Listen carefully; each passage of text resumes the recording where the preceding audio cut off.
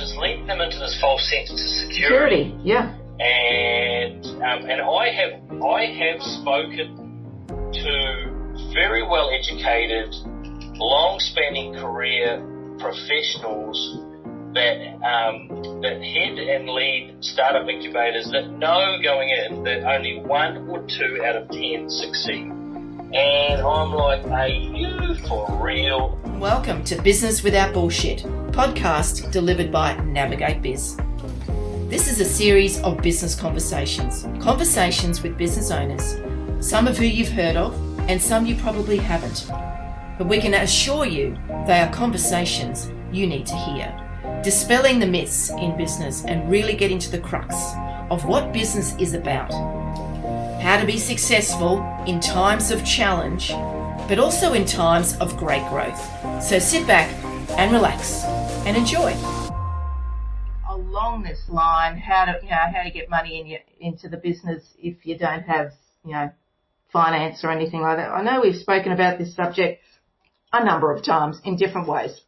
Well, it's an interesting one because I guess I'm kind of living it every day. You are, yeah. It really comes down to that, absolutely anything is possible in startup land if you have your business plan tight, and that would be business planning basics from Navigate Biz. Indeed. And you really understand what you're doing. What purpose is your business serving? Yeah. And so many people. There is a lot of this miniature version of entitlement mentality out there from the startup end and from the investor end. What's really become apparent is there's a lot of really kooky, bananas, naive, really silly investor stuff out there as well. Oh, really? Okay. So, there's this kind of cluster of, and I would say it's a trap because it is possible, and without naming names, there is some in Brisbane. It is possible to go out there and find investment with not just angels, but actually these little startup incubators. Yeah. A bunch of a cluster of 5 or 10.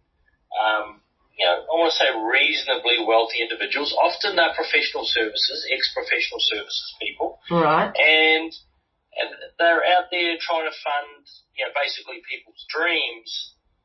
And, their due diligence process is really light. It's really not that intense. Isn't that interesting? But wow. I want to call that a trap. Yeah, I was going to say that's a trap for both parties, is it not?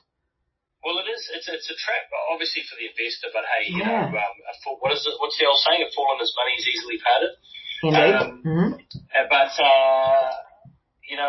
it's actually not servicing the founder, the startup, either. No. Because it's leading them into this false sense of security. Yeah. And I have spoken to very well educated, long-spanning career professionals that head and lead startup incubators that know going in that only 1 or 2 out of 10 succeed. And I'm like, are you for real? Like, is that? And they're putting how do you do that? And they're putting their money up to support these people who have no friends, plan. Colleagues. Gosh. And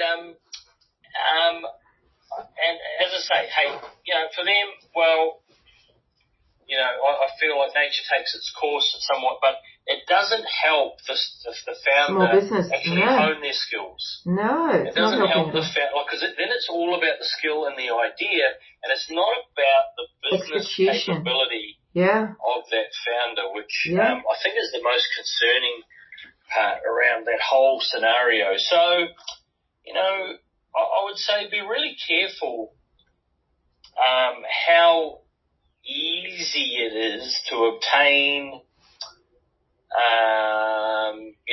a number from, I want to say, $200,000 to $500,000 for your startup. And because what I know from, my investing and my fund is that those founders get really empowered and feel so much more enthusiastic and enlightened by the due diligence questions that happen in that process, because they ultimately end up with a business plan and a business model that's much, much stronger because of the questions that have been asked. Yeah, it's solid. Wow, right. So that's really a wake-up call for small business owners. Like, it's got to be strong both sides, eh? Like I know that your side of the business does a lot, thorough business research, but you also understand, you've got such experience in understanding what it is to grow a business. Do these other people who have funds to lend to others, they don't necessarily, I'm guessing and I'm assuming, they don't have the business acumen. They've worked in a business as a business professional, maybe a partner in one of these professional services places, so maybe have an element of understanding, but they don't have the nitty gritty. And then you've got these young, not necessarily young businesses might be the better way to put it. Who've just got this great idea, super enthusiastic, maybe put a few words together, maybe not a lot of substance behind it. And I often think about, I watch the Shark Tank on television, and if you can't confidently talk your numbers and talk about your customer and how you're going to do it and all those layers that you and I know about, well, they're never going to get the money on that show. And I would like to think that would be in real. But I'm really surprised, I would say, that smart professional people. And I guess I'm doing it. Are they doing it from the process of philanthropic approach, or they? You know what? It almost is a bit of that. And what I've come across, like, it's been really interesting, this process of actually formally start, rather than just having an investor club, which is really an informal process where there's sort of a handful of people going through and saying, hey, Nick, like that looks like a good plan. What about this? What about that? But we're actually going through the formal process of having financial services license and actually setting up a proper sophisticated investors fund. Then you start to deal with other funds, other people in that space, and what happens more often is they're coming from a financial background, a financial services background, and often an accounting background. Yes. Maybe a top 4, top 5 accounting firm background. Yeah. And at the risk of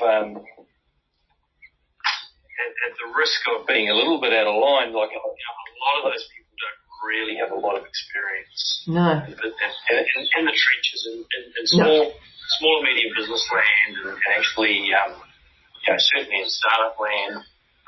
Or turnarounds, and going through those peaks and troughs that we all face in small business. Yeah. So, I think, I would say the moral of that story is to be really careful about choosing your financing partner. Yeah. Because whether that's a bank, a broker, as you would know yourself, like a broker is not a broker is not a broker. Yeah. And it's really about probably making sure that you're aligned and they understand where you're going with it and what your needs will be in the future. Oh, absolutely. And it's no different to having your accounting partner, your finance partner, your legal partner, your mentor. All these things need to align. And you need to connect, and they need to have the experience and tenure, But then on the other side of it, the business who is seeking the finance, as we know, they just got to know their numbers, have the plan, know who their customer is, and have this documented business plan that has all this information sitting behind it. They've got the cash flow forecast ready to hand over. They understand the pricing of their product. They know can talk about and visualize who their customer is, and they have a marketing plan. So they know who they're going to talk to, how they're going to talk to it, when the money's going to come in as best guess, and how they're going to repay that money, equally important.